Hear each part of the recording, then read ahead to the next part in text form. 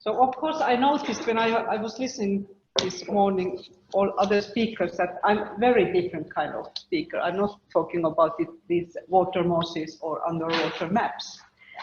But I will tell you some words about this Nord program. As Ina told, we are the main financer of this SEMPOT project. So Iiris Mäntyranta and I come from County Administrative Board of Norrbotten, work in Luleå.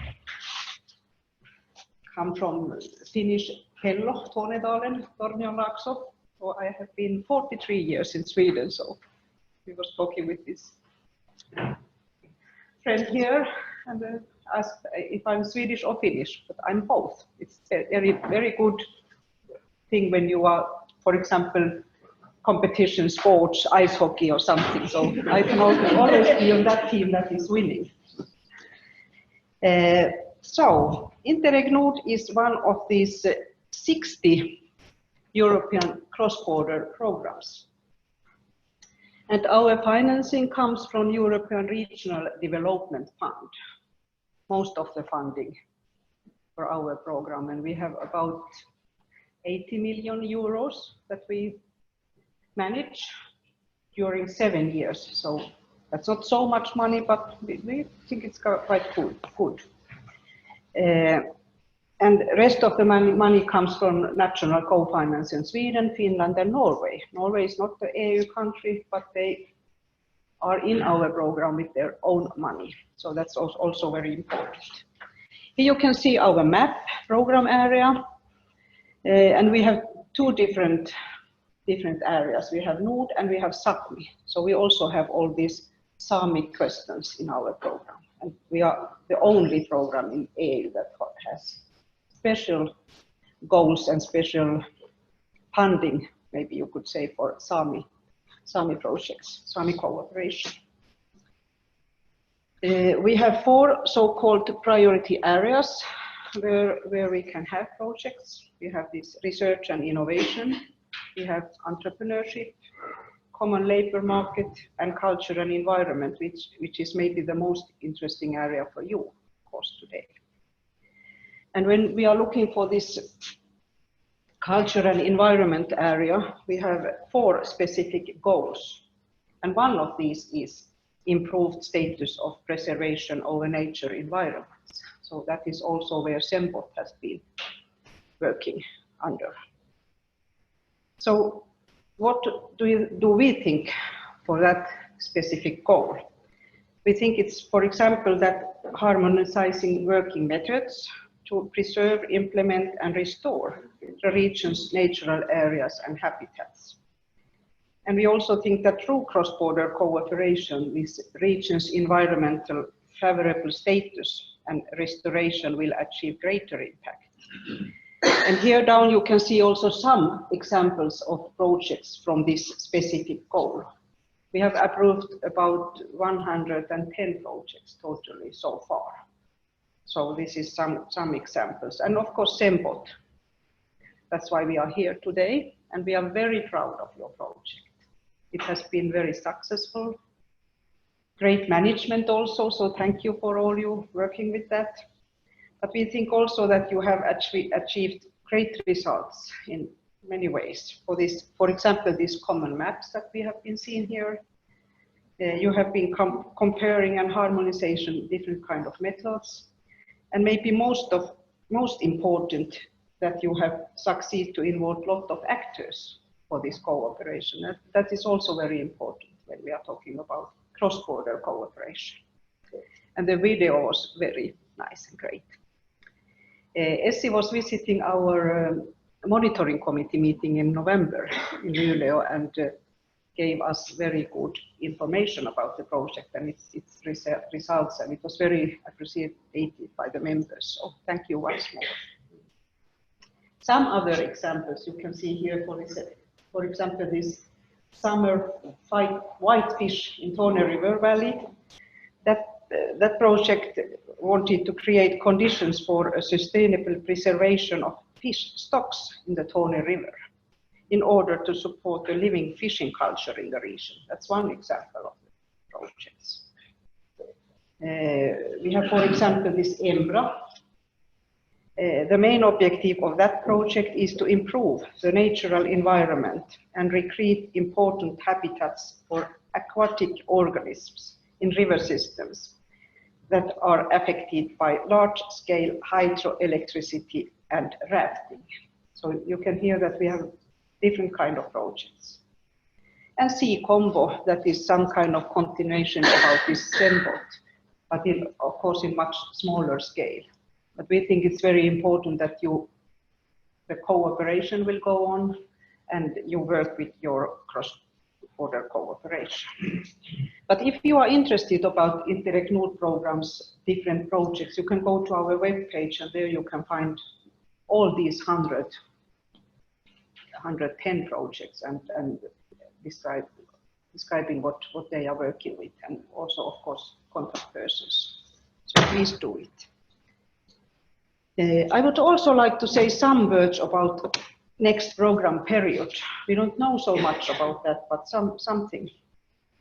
And when we are talking about European structural funds, there are two words that we must also always think about. It's this multi-annual financial framework, also called EU's long-term budget. You know that Finland has had this presidency last autumn, and the Finnish presidency tried to, they gave some proposal for this 7-year budget, but unfortunately they didn't succeed to get it through. Now it is Croatia that is presidency member state in EU, and they are planning also to come with new long-term budget proposal. And I think it's today they are discussing, our prime ministers and financial ministers, about this. So it's very important that we get this long-term budget, because that is something, then the programming work can start. And this also gives all these regulations that we need for the managing and for the legislation for the programs. So we are waiting, of course, for this. And for the period of 21 to 27, all programs must choose between these 5 specific overall objects. You have this Smarter Europe. You have also Greener, Low Carbon Europe. And there you can see this energy transition, circular economy, climate adaptation, and risk management during that objective. We have, for example, More Connected Europe, More Social Europe, and Europe Closer to Citizens. And all programs must choose some of these specific objectives. And Commission says also that 85% of the funding of the budget must go to these 2 first objectives, Smarter Europe and a Greener, Low Carbon Europe. So that is also something that we all know already. EU Commission has also prepared several so-called border orientation papers to all previous programs or program areas, maybe you could say. And they say that these border papers can be used as a platform for discussions about next program period and next programming. So also we in Nord program, we got our border paper in, I think it was May 2019. And you can read that there in this document, we have several orientations that point out the importance that we continue this cross-border cooperation on maintaining and restoration of biodiversity. And then they point out especially through cross-border exchanges and harmonization of working methods. So it's very clear signal to all us that these questions are very important, even in the future. That paper points also out the importance of cooperation in matters for Baltic Sea and for the Arctic area. For Interreg programs, the Commission gives a very clear signal that we must have less programs in the future. Number of Interreg programs must decrease, And it's important to avoid this kind of overlaps, both in priority areas, but also these geographical areas. So last week, we got a signal from both Finnish and Swedish ministry that their ambition is that previous current Nord program and Botnia Atlantica program, that is our sister program, that they will merge it to one bigger program area. So that is something that we have heard earlier, but now they have said and told us that Norway has not, they are not ready to take their decision yet, but we think they will be the same idea that Finland and Sweden. So quite soon, I think maybe in the middle of March, 1 month maybe, we get this task. It's not the we, but the regions will get the task to start the programming process.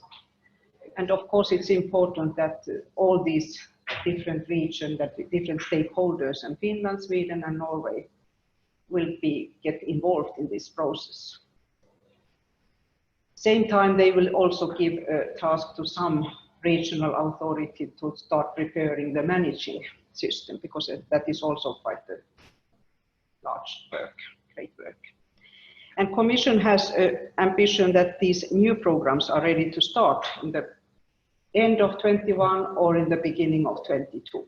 So then we can start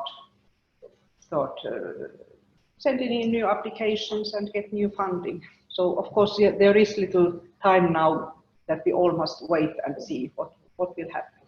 So of course we all are very excited about this.